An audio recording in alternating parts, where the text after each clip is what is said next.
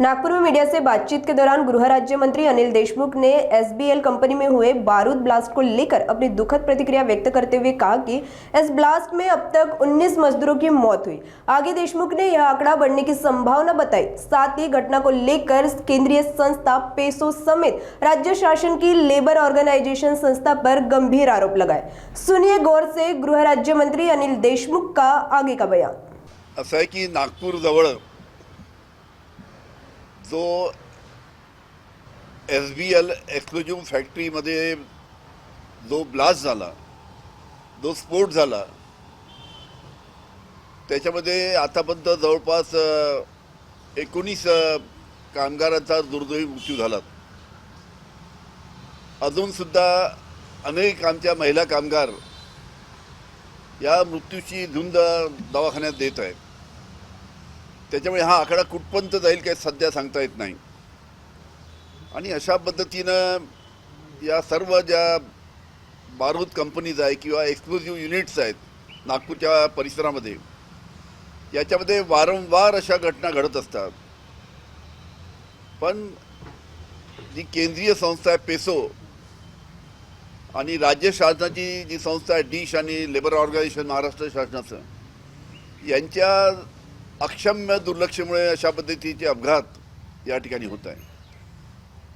आता या प्रकरणामध्ये एसबीएल कंपनीज हा जो स्फोट झाला, त्या कंपनीचे मालक हे फरार आहेत। तर पोलिसांनी लवकरात लवकर त्यांना अटक केली पाहिजे, कारण की मूळ मालकाला जोपर्यंत पोलीस अटक करणार नाही तोपर्यंत बाकी या गोष्टीमध्ये ही तपास पुढे जाणार नाही। बाकी लोकांना अरेस्ट केलं, जवळजवळ 11 लोकांना अरेस्ट केलं, पण मालकाला सुद्धा पोलिसांनी लवकरात लवकर अटक करायला पाहिजे। असं आहे की या बाबतीत स्वतः शरद पवार साहेब अजून काही बोलले नाहीत। त्याच्यामुळे जेव्हा महाविकास आघाडीची एकत्र बैठक होईल आणि त्या महाविकास आघाडीच्या बैठकीमध्ये या बाबतीत राज्यसभेच्या बाबतीत सविस्तर चर्चा होईल, तेव्हा याच्या बाबतीत काय तो निर्णय तिथे घेण्यात येईल।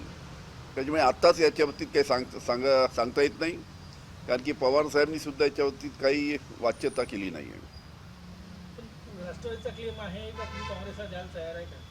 पाहू ना, आता एकदा बैठक झाल्यानंतर सर्व पक्षाची एकत्र महाविकास आघाडीच्या बैठक झाल्यानंतर चर्चा करून त्यामध्ये निर्णय होईल। असं आहे की पेपर फुटीचं प्रकरण जे पुढे आलेलं आहे,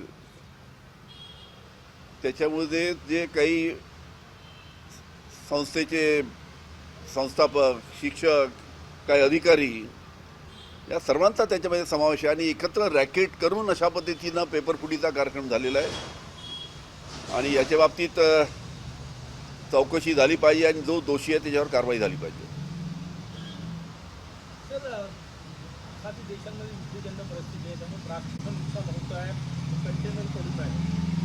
असं आहे, खरी गोष्ट आहे की सध्या जी आखाती देशामध्ये जी युद्धजन्य परिस्थिती आहे, त्याच्यामुळे शेतकऱ्यांचा जो माल आहे, तुमचा कांदा आहे किंवा द्राक्ष आहे, हे प्रामुख्याने आखाती देशामध्ये त्याची मागणी असल्यामुळे मोठ्या प्रमाणात या आखाती देशामध्ये जातात। पण आता अशा पद्धतीची युद्धजन्य परिस्थिती असल्यामुळे जे कंटेनर सर्व शेतकऱ्यांचा माल जो परदेशात जाणार होता, आखाती देशात जाणार होता, तो आता जाऊ शकत नसल्यामुळे मोठ्या प्रमाणात हा माल कंटेनरसह त्या ठिकाणी जे JNPT आहे की बाकी पोर्ट्स आहेत त्या ठिकाणी पडलेला आहे। आणि लवकरात लवकर जोपर्यंत हे युद्ध शांत होत नाही तोपर्यंत शक्यता कमी दिसते। तरी पण केंद्र शासन याच्याकडे लक्ष देऊन आहे, ते योग्य तो निर्णय आणि योग्य ते पाठपुरावा याबाबतीत करतील।